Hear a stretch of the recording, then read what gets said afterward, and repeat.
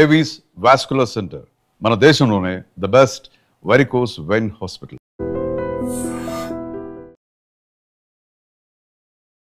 నారాయణపేట జిల్లా కోస్గి మండలం అట్లాగే చంద్రమంచ గ్రామానికి చెందినటువంటి నవవధువు మొన్న సండే రోజే మ్యారేజ్ అయింది. ఆమె పేరు వచ్చేసి శ్రీలత.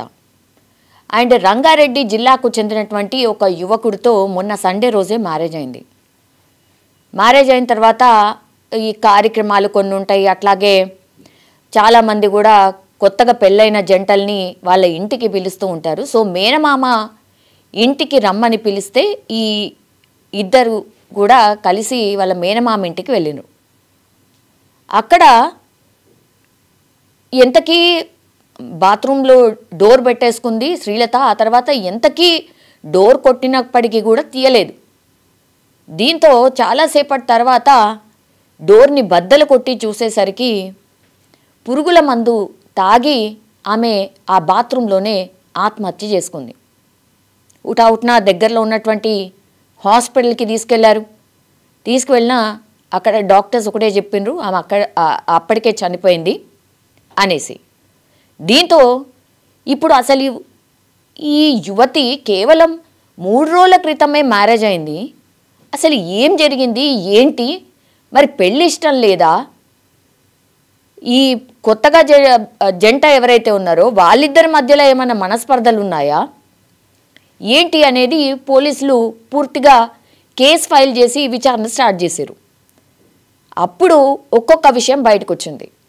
ఇప్పుడు ఈ శ్రీలత ఎవరైతే ఉన్నారో ఈ అమ్మాయి ఎవరైతే చనిపోయిందో ఈ అమ్మాయికి ఆల్రెడీ ఇప్పుడు నేను ఇంతకుముందు చెప్పినట్టుగా ఆమె గ్రామానికి సంబంధించిన ఒక వ్యక్తితోని ఆమెకు పరిచయం ఉంది. ఇద్దరు కూడా ప్రేమించుకున్నారు. పోలీసుల వివరాల ప్రకారం, కుటుంబ సభ్యులు చెప్పిన వివరాల ప్రకారం వాళ్ళిద్దరూ 3 నెలల క్రితం మ్యారేజ్ కూడా చేసుకున్నారు. ఇది ఏమాత్రం కూడా తల్లిదండ్రులకు ఇష్టం లేదు. అంటే అమ్మాయి వాళ్ళ తల్లిదండ్రులకు ఇష్టం లేదు. పంచాయతీ అయింది, చెప్పిండ్రు, చేసిండ్రు, ఎంత చెప్పినా కూడా ఆ అమ్మాయి వినలేదు. దీంతో ఈ అమ్మాయి వాళ్ళ తల్లిదండ్రులు ఎవరైతే ఉన్నారో వాళ్ళు ఆత్మహత్య యత్నానికి కూడా పాల్పడ్డారట.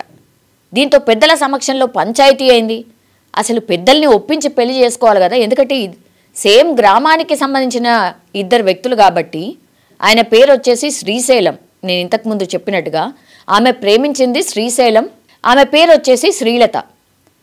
సో 3 నెలల క్రితమే మ్యారేజ్ అయిన తర్వాత పెద్దల సమక్షంలో మరి ఏం జరిగిందో ఏం మాట్లాడినరో తెలియదు. కానీ ప్రేమించి ఎవరైతే యువకుడిని మ్యారేజ్ చేసుకుందో ఆ పెద్దల సమక్షంలో మాట్లాడితే ఏకంగా ఈ శ్రీశైలం అనే వ్యక్తి నాకు శ్రీలతని పెళ్లి చేసుకోవడం ఇష్టం లేదని చెప్పిండట. ఒక్కసారిగా అమ్మాయి షాక్. అసలు అంత ప్రేమించి మ్యారేజ్ చేసుకున్న తర్వాత, ఇంత ఎదిరించి మ్యారేజ్ చేసుకున్న తర్వాత లాస్ట్కి వస్తే ప్రేమించిన అబ్బాయే నాకు ఇష్టం లేదు ఈ అమ్మాయి అని చెప్పిన తర్వాత ఆ అమ్మాయి పరిస్థితి ఏంటి అనేది ఊహించుకోండి. సరే, ఇందులో ఇంకో కోణం కూడా ఉండొచ్చు. అంటే బెదిరించిండ్రో, ఆయనని ఇట్లా చెప్పాలని చెప్పిండ్రో, ఏం చేసిరో తెలియదు. కానీ ఆ పిల్ల ముందట మాత్రం నాకు ఇష్టం లేదు ఈమెను పెళ్లి చేసుకోవడం, నేను కలిసి ఉండలేను, నాకు వద్దు అన్నట్టుగానే చెప్పాట. దీంతో శ్రీలత ఎంత భయంకరం ఉంటుంది ఆ పిల్ల పరిస్థితి ఒకసారి ఊహించుకోవచ్చు. 3 నెలల క్రితం ఇదంతా కూడా జరిగింది. పెద్దల సమక్షంలో పంచాయతీ అయింది కాబట్టి మళ్ళా కూసోబెట్టి అందరి పిల్లను కూసోబెట్టి సముదాయించి అట్లా కాదు మంచి చెడు చెప్పి మన కుటుంబం ఇది కాదు అని, నీ ఫ్యూచర్ బాగోదు ఆ పిల్లగాడితోని అని, ఆయన మోసం చేసినోడిని నువ్వు గుర్తు చేసుకొని ఏం చేస్తావు అని, అయిపోయిందేదో అయిపోయింది, మాకు మీ మీద ప్రేమ ఉన్నది అని, ఇట్లా ఎన్ని చెప్పాలనో అన్ని చెప్పిండ్రు. ఆ పిల్లకి మొన్న సండే రోజు మ్యారేజ్ చేశారు. తీరా చూస్తే ఆమెకు ఆ మ్యారేజ్ ఇష్టం లేదు. అంటే మనసులో ఒకతను ఉండిపోయింది, దాని నుంచి బయటకు రాలేకపోయింది. తీరా చూస్తే ప్రేమించిన వ్యక్తే ఈమె నేను పెళ్లి చేసుకోలేను, నాకు అసలు ఆ మ్యారేజే ఇష్టం లేదని చెప్పిన తర్వాత ఆ పిల్ల పరిస్థితి ఇక నేను బతికి కూడా వేస్ట్ అనుకున్నాను. అంతే సింపుల్. వీళ్ళు బలవంతంగా మ్యారేజ్ చేసిర్రు, వాళ్ళు బాగానే ఉంటుందిలే, సర్దుకుంటుందిలే అని అనుకుంటారు ఎవరైనా సరే. ఇంకొక భాగస్వామి జీవితంలోకి వచ్చిన తర్వాత ఇవన్నీ మర్చిపోయి, పాతయన్నీ మర్చిపోయి మళ్ళీ జీవితం ముందుకు సాగుతుందని అనుకుంటారు. ఇప్పుడు ఇంత పెద్ద ఇన్సిడెంట్ జరిగిన తర్వాత కూడా ఇంకా వాళ్ళ తల్లిదండ్రులు కానీ వాళ్ళ కుటుంబ సభ్యులు కానీ కాన్సన్ట్రేషన్ అమ్మాయి మీద ఎక్కువ పెడతారు. మంచి చెడు అసలు ఏం జరుగుతుంది చూస్తూ ఉంటారు. అవన్నీ కూడా చూసిండ్రు. తీరా చూస్తే కరెక్ట్ మ్యారేజ్ అయిన 3 రోజుల తర్వాత ఆ అమ్మాయి ఆత్మహత్య చేసుకుంది. ఇప్పుడు పోలీసులకు 3 డిఫరెంట్ వర్షన్స్ వినిపిస్తున్నాయి. ఒకటి, ప్రేమించి పెళ్లి చేసుకుంది కాబట్టి ఆమెను బలవంతంగా తీసుకొచ్చేశారు, అతనిని విడగొట్టి, కాబట్టి ఆత్మహత్య చేసుకుందని ఒకటి. లేదు, వీళ్ళ కుటుంబ సభ్యులకి ఇష్టం లేదు, వాళ్ళిద్దరూ బాగానే ఉండే అని ఇంకొక వర్షన్. లేదు, ఆ పిల్లగాడు మోసం చేసిండు, అది తట్టుకోలేకపోయింది మా అమ్మాయి కాబట్టి ఆత్మహత్య చేసుకుంది అని 3వ వర్షన్. సో ఇట్లా అందరి దగ్గర నుంచి స్టేట్మెంట్ తీసుకున్న తర్వాత పోలీసులు అయితే కేసు అయితే ఫైల్ చేశారు. కేసు ఎవరి మీద ఫైల్ చేస్తారు? ఇప్పుడు ఆత్మహత్యకు కారణం ఏంది అని అంటే మరి ప్రేమించి పెళ్లి చేసుకున్న శ్రీశైలం మీద ఫైల్ చేస్తారా? లేదు, ఆ అమ్మాయిని బలవంతంగా తీసుకొచ్చారు తల్లిదండ్రులు విడిపించి ఆ పిల్లగాడి నుంచి కాబట్టి ఈ తల్లిదండ్రుల మీద కేసు నమోదు చేస్తారా? ఈ కుటుంబ సభ్యుల మీద నమోదు చేస్తారా? ఎవరి మీద నమోదు చేస్తారు? తీరా చూస్తే ఆ పిల్లనైతే లేదు కదా. సో తనకి ఇష్టమే లేని పనిని బలవంతంగా చేయించిండ్రు కాబట్టే ఈ దారి లేక ఆత్మహత్య చేసుకున్నట్టు స్పష్టంగా అర్థమవుతోంది. పోలీసులు అయితే విచారణ స్టార్ట్ చేసిండ్రు, కేసు నమోదు చేసిండ్రు. మరి ఇందులో ఏమవుతుందో ఏందో తెలియదు. కానీ చాలామంది ఇట్లా అంటే ఎటు అర్థం కాని పరిస్థితుల్లో ఏం చెయ్యాలో తెలియనటువంటి సిచ్యువేషన్లో చచ్చిపోతేనే బెటర్ అనేదానికి వచ్చేస్తున్నారు.